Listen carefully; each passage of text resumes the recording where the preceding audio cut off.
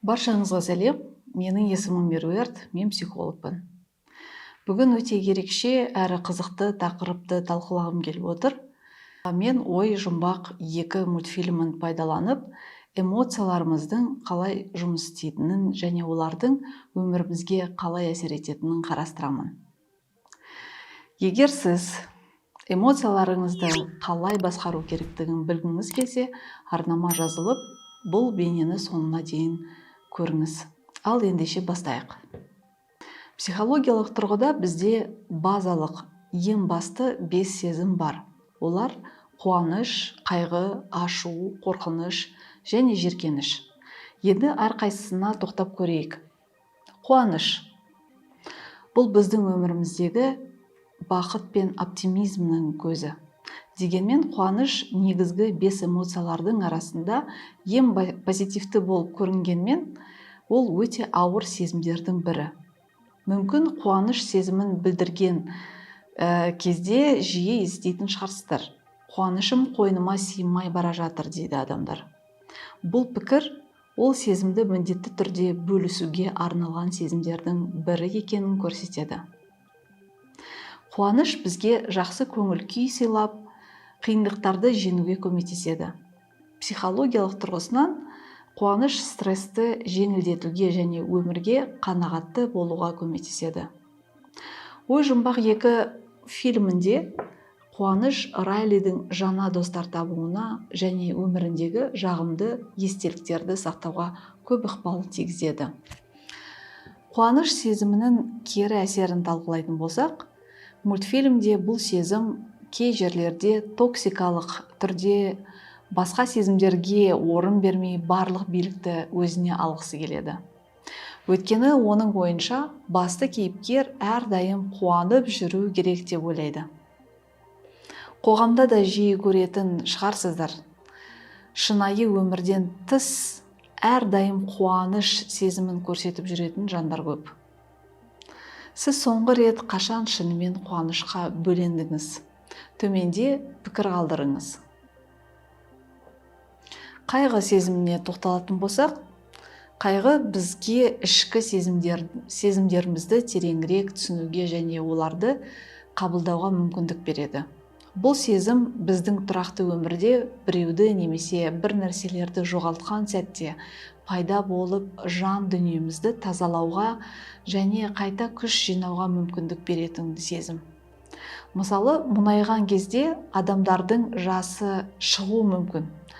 Ол көз жасының табиғи түрде емдік қасиеті бар. Дегенмен кейде адамдар өзін басқалардың алдында жаман көрінбес үшін, бар күшін жасын ұстап қалуға тырысады, өкінішке орай.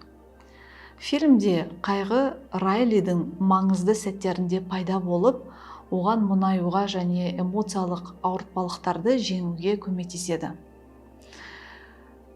Фильмде қайғы Райлидің ата-анасымен жақындасуына және жаңа ортаға бейімделуіне көмектеседі. Қайғыны дұрыс қабылдау біздің эмоционалдық сауаттылығымызды арттырады. Бірақ өкінішке орай, адамдар көбінесе бұл сезімнен қашады, өйткені бір мұнайсам, бұл сезімнен шыға алмайтын сияқтымын деген сияқты бұрыс бір ұғым бар. Немесе біреудің алдында мұнаю ұят болуы мүмкін.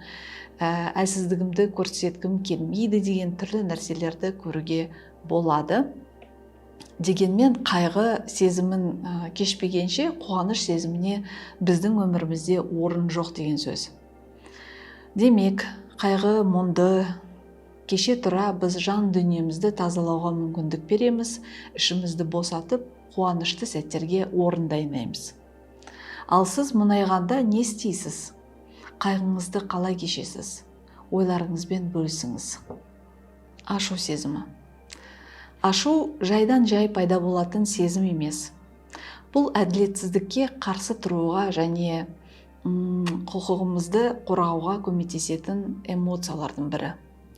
Ашу бұл менің шекарамды дәл қазір біреу немесе бір нәрсе бұзып жатыр деген сөз. Сонымен қатар, ашудың рөлі ой жұмбақ 2 фильмінде Бұл сезім Райлидің ішкі күшін оятып, оны әрекет етуге итермелейді.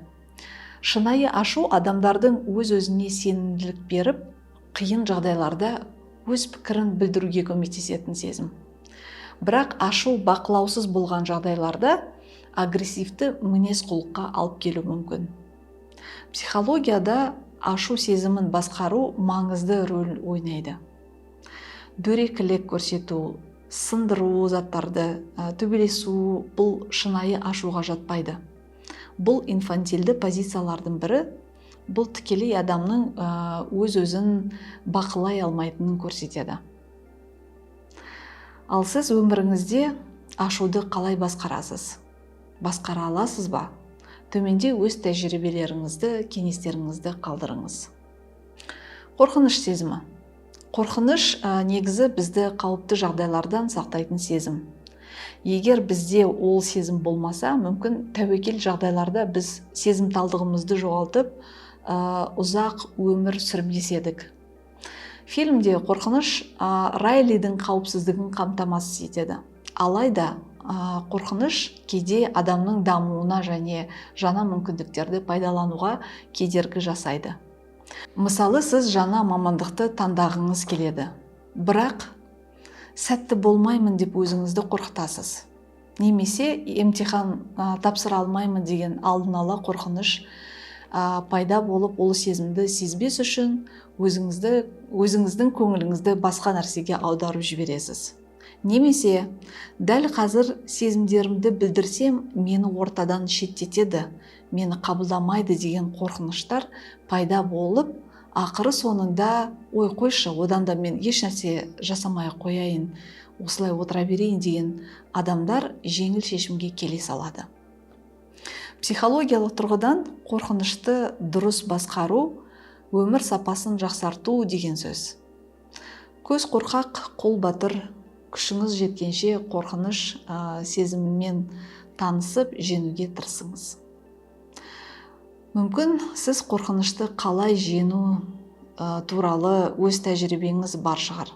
Өзіңіздің пікіріңізді қалдырыңыз. Жиіркеніш сезімі. Жиіркеніш бізді зиянды және қауіпті нәрселерден қорғауға көмектеседі. Мультфильмде жиіркеніш Райлиді жағымсыз жағдайлардан сақтап қалуға тырысады. Психологияда жиіркеніш денсаулық пен гигиенаны сақтауға, қауіпсіздікке мән беруімізге ықпал етеді. Жиіркеніш сезімін қоғамда кейде еркелік, қыңырлық деп санайды. Алайда әрбір адамның өзінің сезімталдығы болады, ол міндетті түрде ыңғайлы болуы тиіс емес. Мысалы, өмірде жаман иіс шығып жатқан жерде адамдар отыра алмайды, немесе денеміз терлеген кезде тезірек шомылып келуді армандаймыз. Тіпті кейде тартымсыз, дәмсіз кешегі тағамды адамдар жей алмайды. Өйткені сол жиіркеніш сезімі адамның өзінің дене бітіміне қарай қабылдай алмайды. Бірақ кейде отбасыда немесе қоғамда күш немесе ұят арқылы адамдардың сезімталдығын өшіріп жібереді. Сосын ата-аналар аң-таң болады. Неге сен шыдап отыра бердің? Неге сен тұрып кетпедің деген сияқты. Ал сіз жиіркену сезімін қалай қабылдайсыз? Төменде бөлісіп көріңіз. Негізгі базалық 5 сезімдерді қорыта келе, неге олар негізгі сезім екенінде тоқтап кеткім келіп отыр. Мультфильмде мұқият қарайтын болсақ, бұл 5 сезімдердің өз төсек орны бар. Мысалы, қорқыныштың төсегінің жанында шабуылға қарсы қорғанысқа арналған дабыл қағатын датчигін көреміз. Сонымен қатар, қорқыныштың қорықпас үшін қасында жұбататын аюы бар, ал жиіркенішті көз маскасымен және шаш тұғырымен ұйықтайтынын көреміз. Ашу өрт сөндіргіш батырмасын, бокстасатын грушаны және ашуын шығаратын битаны көреміз. Ал қайғы ұйықтап жатып ыңырсиды, қуанышты алатын болсақ, рахаттанып күліп ұйықтайды. Бұның барлығын не үшін айтып тұрмын? Бізбен әрдайым болатын тұрақты сезімдердің бар екенін осылай мультфильмде көрсетеді. Ал жаңа пубертаттық кезеңде пайда болған сезімдер көшіп қонып жүретін сезімдердің бірі. Басқа тілмен айтқанда бұл сезімдер тұрақты емес. Олар негізгі базалық сезімдердің қосындысынан шыққан сезімдер. Ал енді оларға келесі видеода шолу жасап кетемін. Бүгін мен негізгі 5 сезімдердің рөлдері мен маңыздылығын көрсеткім келді. Бұл сезімдер туралы ақпарат өмірімізді байытып, әртүрлі жағдайларда бізге көмектеседі, немесе кері әсерін тигізуі мүмкін. Бұл жағдайда эмоционалды сауатты болайық дегім келеді. Егер бұл видео бейне пайдалы болса, лайк басып, арнаға жазылып, пікір қалдырыңыз. Ал келесі кездескенше.